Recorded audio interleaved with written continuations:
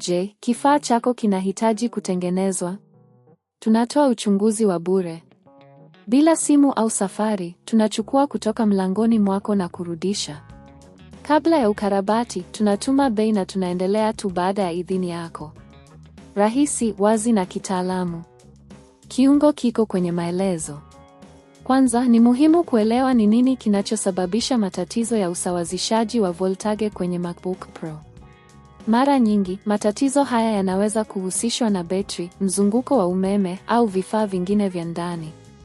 Dalili za tatizo hili ni pamoja na MacBook kuonyesha ujumbe wa makosa, kushindwa kuwashwa au kuonyesha kiwango cha chini cha betri licha ya kuwa na chaji.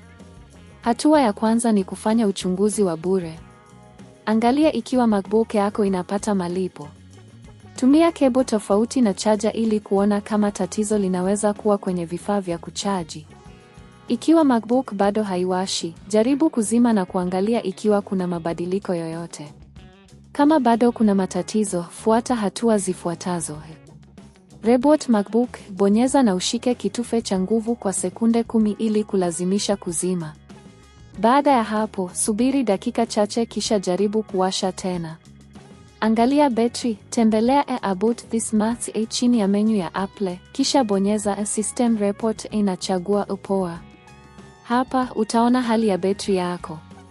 Ikiwa betri inaonyesha kiwango cha chini cha afya, inaweza kuwa tayari inahitaji kubadilishwa. Reset SMC, mfumo wa usimamizi wa mfumo SMC, unaweza kusaidia kurekebisha matatizo ya umeme. Ili kufanya hivyo, zima MacBook, kisha bonyeza na ushike kitufe cha Shift ongeza Control ongeza Option pamoja na kitufe cha nguvu kwa sekunde 10. Ikiwa hatua hizi hazifanyi kazi, ni wakati wa kufikiria kutoa MacBook yako kwa huduma ya kitaalamu. Kuna huduma za kuchukua nyumbani zinazopatikana katika maeneo mengi.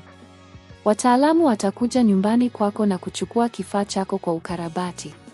Kuhusu bei, gharama za ukarabati zinaweza kutofautiana kulingana na tatizo lililopo.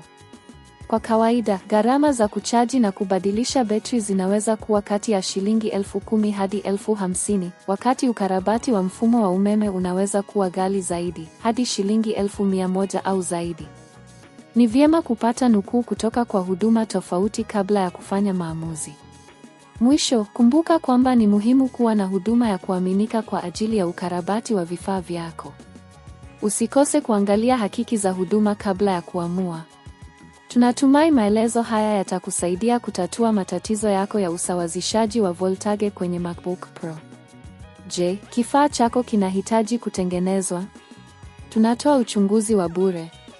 Bila simu au safari, tunachukua kutoka mlangoni mwako na kurudisha. Kabla ya ukarabati, tunatuma bei na tunaendelea tu baada ya idhini yako. Rahisi, wazi na kitaalamu.